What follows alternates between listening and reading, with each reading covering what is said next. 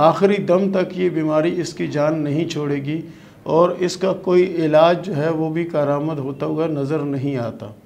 کیوں؟ اگر کچھ ایسا ہوتا تو یہ لکیر جو ہے یہ ختم ہو جاتی، لیکن یہ لکیر بہت جا کے آگے ختم ہو رہی ہے۔ سمجھیں کہ 40-45 کے بعد جا کر اگر یہ ختم ہو تو ہو، اس سے پہلے کے کوئی آثار نہیں ہے۔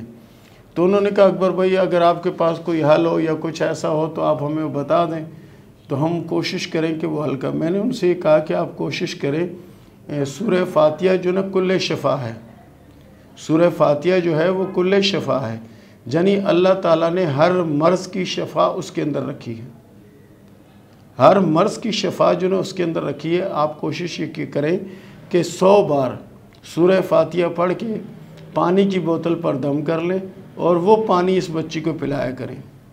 اور اس کے علاوہ جب موقع ملے، رات میں یہ سوئی ہو تو اس وقت، صبح یہ جاگے تو اس وقت سورہ فاتحہ پڑھ کے جتنی بار بھی پڑھ سکے پڑھ کے اس پر دم کریں، تو اللہ کے فضل سے مجھے یقین ہے کہ یہ بچی بالکل ٹھیک ہو جائے گی۔ تو وہ لوگ چلے گئے۔ اس کے بعد میرا جب دوبارہ رابطہ ہوا تو میں نے کہا بچی کا کیا حال ہے؟ تو انہوں نے کہا جی یقین کریں کہ سورہ فاتحہ کے عمل سے ہماری بچی بہت زیادہ بہتر ہوتی جا رہی ہے، ہمیں محسوس ہو رہا ہے کہ بچی میں کوئی تبدیلیاں آ رہی ہیں۔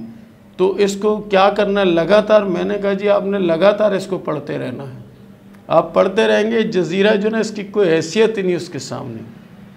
اللہ کے فضل سے سورہ فاتحہ جو نا وہ ایسا علاج ہے کہ جس کا کوئی دوسرا حل نہیں ہے۔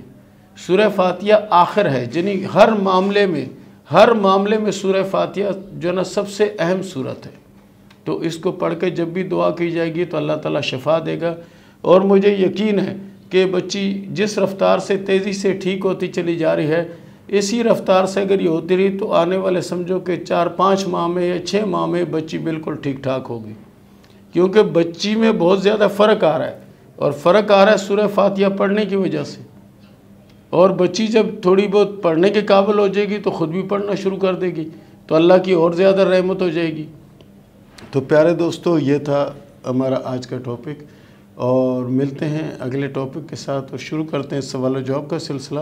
محمد عادل نے سوال کیا ہے کوئٹہ سے کہ میں بہت زیادہ نفسیاتی ہو گیا ہوں، کبھی کیا محسوس ہوتا ہے اور کبھی کیا محسوس ہوتا ہے، یہ بتائیں کہ میرے حالات آگے بہتر ہوں گے یا نہیں، اور اس کا کوئی حل بھی بتائیں۔ اس کا واحد حل یہ ہے کہ آپ توبہ استغفار جو نا اس کو کثرت سے پڑھا کریں، سورہ فلق سورہ ناس کو آپ پابندی سے پڑھا کریں، انشاءاللہ اللہ تعالیٰ آپ پہ رحم کرے گا، اور انشاءاللہ آپ بالکل ٹھیک ہو جائیں گے۔ محمد فاروق نے سوال کیا بنگلور سے کہ میرا کاروبار بہت زیادہ گھاٹے میں چل رہا ہے، یہ بتائیں کہ آگے کچھ بہتری ہوگی یا نہیں۔ پیارے دوست، اللہ کے فضل سے بہتری بھی ہوگی اور اچھا بھی ہوگا۔ آپ کوشش کیا کریں سورہ فاتحہ جو نا اس کو 300 بار روز کا معمول بنائیں، انشاءاللہ آپ کے حالات بہتر ہو جائیں گے۔ جبین تاج نے سوال کیا ہے بنگلور سے کہ میں آپ کی تمام ویڈیو دیکھتی ہوں، یہ بتائیں کہ میرا آنے والا وقت کیسا ہوگا اور حالات کیسے ہوں گے، کیونکہ میں بہت زیادہ پریشان ہوں۔ دیکھیں جی، ہاتھ کی لکیروں کے حساب سے تو یہ جو نیا سال چلا ہے 2022، یہ آپ کے حق میں اللہ کے فضل سے اچھا ہے اور بہتر ہے، اور اللہ کے فضل سے آنے والے وقت میں پریشانیاں بھی ختم ہو جائیں گی اور مشکلیں بھی آپ کی آسان ہو جائیں گی۔ اس کے لیے آپ کوشش کیا کریں کہ تیسرا کلمہ جو ہے نا اس کی ایک تسبیح روز کا معمول بنائیں، انشاءاللہ سارے معاملات کلیئر ہو جائیں گے۔ مقدس نے سوال کیا لاہور سے کہ یہ بتائیں کیا میری پسند کی شادی ہوگی؟ جی بالکل، آپ کے ہاتھ کی لکیروں کے حساب سے پسند کی شادی کے بہت چانس ہیں، اور انشاءاللہ پسند کی شادی ہوگی۔ محمد سگلان نے سوال کیا ہے کہ میں تعلیم حاصل کر کے نوکری کروں یا کوئی کاروبار کروں، میرے لیے کیا بہتر ہے؟ ہمارا مشورہ یہ ہے کہ آپ کاروبار کریں، آپ کاروبار میں زیادہ کامیاب ہوں گے، اور زیادہ بہتری انشاءاللہ کاروبار میں ہی لگتی ہے۔